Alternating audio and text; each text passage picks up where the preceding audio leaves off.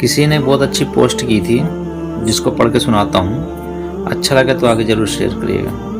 बिटिया का गुलाबी बस्ता लाल हो गया। जो कभी किसी की मुस्कान थे, आज उसी से उस नन्ही जान की शिनाख्त की जा रही है। जो कभी इतना हल्का था कि नाजुक से कंधों पर लटक कर इतराता था, आज इतना भारी है कि दुनिया के सबसे ताकतवर लोग भी इसका बोझ नहीं उठा सकते। बिटिया का गुलाबी बस्ता अब लाल हो गया। बिटिया के बैग के पास बैठा एक बाप सिर्फ रो नहीं रहा है, टूट रहा है। जिस बस्ते में उसका पूरा हाथ तक नहीं समा पा रहा, उसमें से न जाने क्या खोज लेना चाह रहा है। बिटिया की मुस्कान, खिलखिलाती आवाज़ या शायद तुतलाती आवाज़। पिता एक एक करके बस्ते से चीज़ें निकालता है, जैसे हर चीज़ को छूकर आखिरी बार अपनी बच्ची को छू लेना चाहता हो।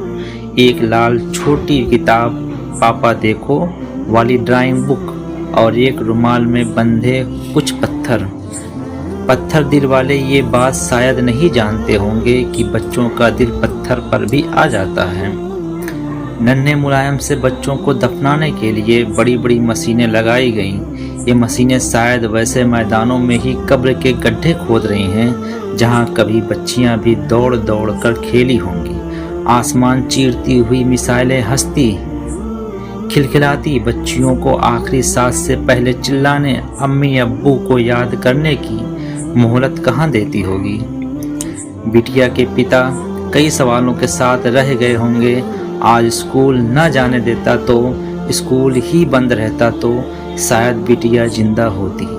बड़े लोगों की लड़ाई में पिता से बेटी छिन गई, जंग किसी पापा से नहीं डरती। स्कूल जाने वाली लड़कियों का बस्ता वैसे भी भारी होता है। कितनी ही पाबंदियां समाये रहती होंगी, मगर ईरान के मिनाब के स्कूल की लड़कियों की बस्ते अब और भारी हो गए होंगे।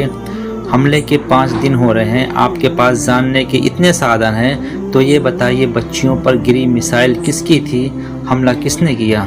अमेरिका ने कहा जांच जारी है, इजराइल ने कहा जानकारी नहीं है। बच्चियों के पिताओं माओं से पूछें तो वो भी जांचने और खोजने लगते हैं। कभी बिटिया की मुस्कान, कभी बिटिया के होने की रौनक, कभी बिटिया का गुलाबी बैग जो अब उसके ही खून से लाल हो चुका है।